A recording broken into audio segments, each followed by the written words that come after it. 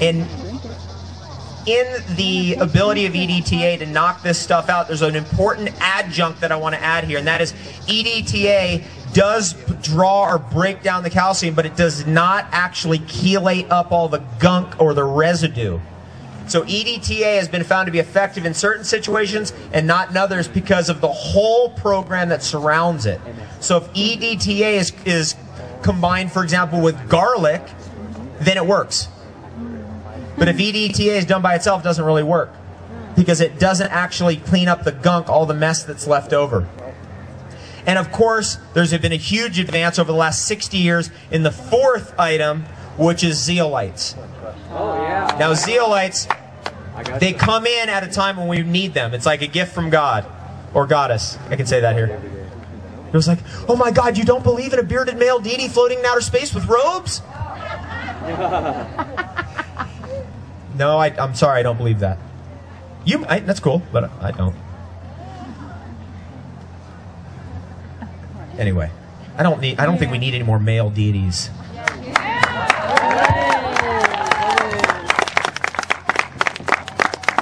So, you know, gift from goddess, Mother Earth, whatever you want, whatever, creator, creatrix, as the case may be.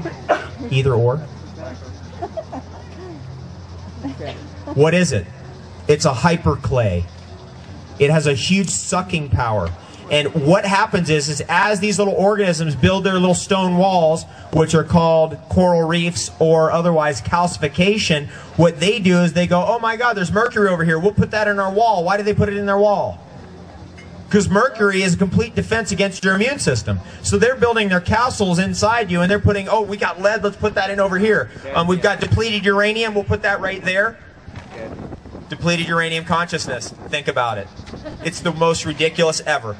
It's like death urge times a billion.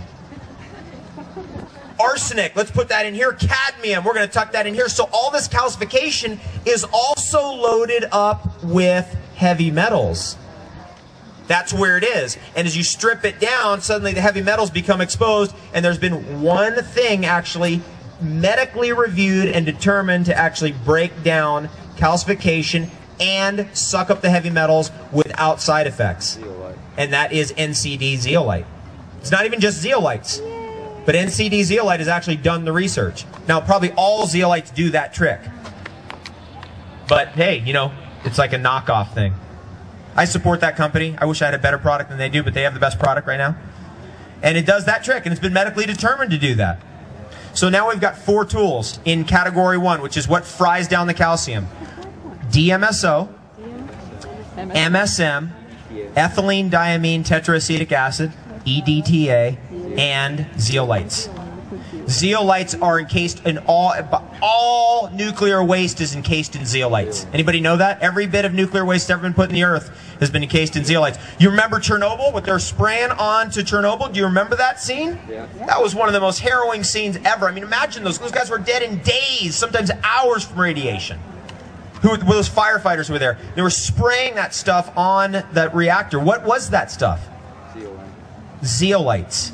Now, since we've been dropping depleted uranium on Iraq for the last 10 years, we've got to literally fly over that whole nation spraying zeolites everywhere to suck up all those neutrons and all that uranium. It's unbelievable. It's the best ever. Now, I know there's going to be questions about this. What about UT? Don't do UT if you're doing the decalcification deal, because those little organisms show up in your urine, and I have seen people who've done UT 40-day fasts end up with calcification right in their kidneys. Kidney stones. Does happen. Why is that? Because your urine is not sterile. Better used homeopathically instead of... Now, if you're, you know, in the desert, you don't have anything to drink. Okay. It's all good. Some people are going, what in the world is he talking about? If you are completely confused, have no idea what I'm talking about, guess what? It doesn't matter, because we will send you this document that explains everything I'm talking about right now for free. So, and now I want to put a couple things in there. One is, it's very spiritually oriented, Essene oriented. It's a religious document because obviously, you know, I can't cure anything. I can't even cure a ham.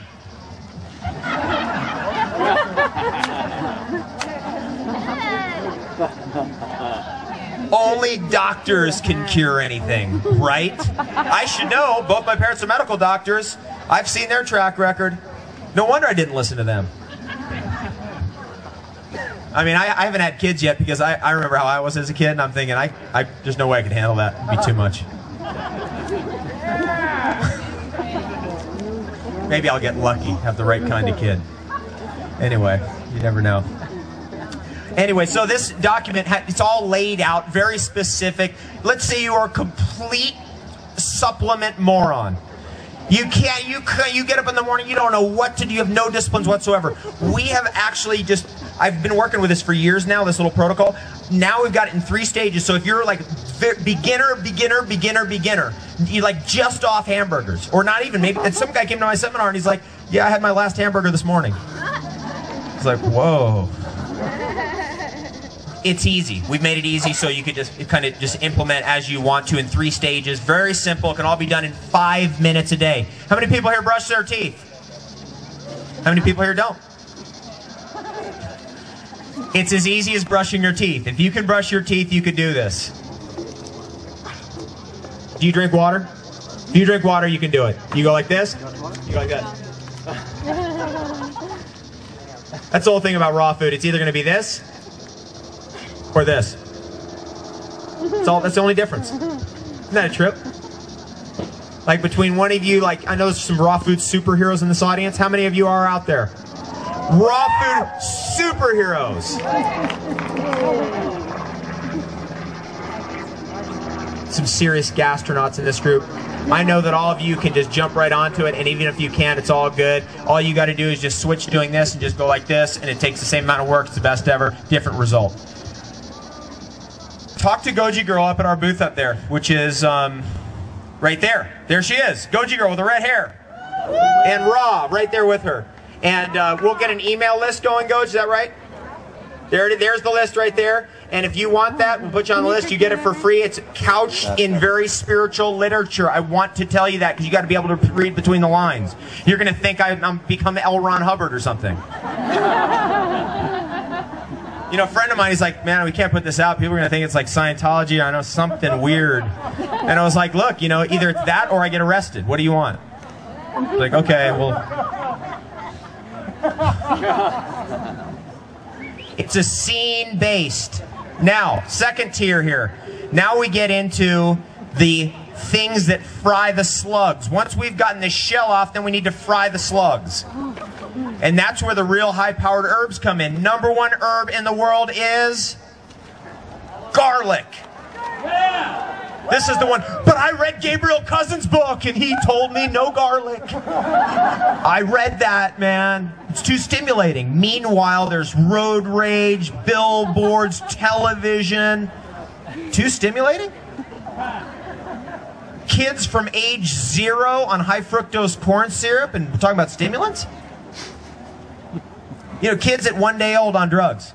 And then we're concerned about stimulants?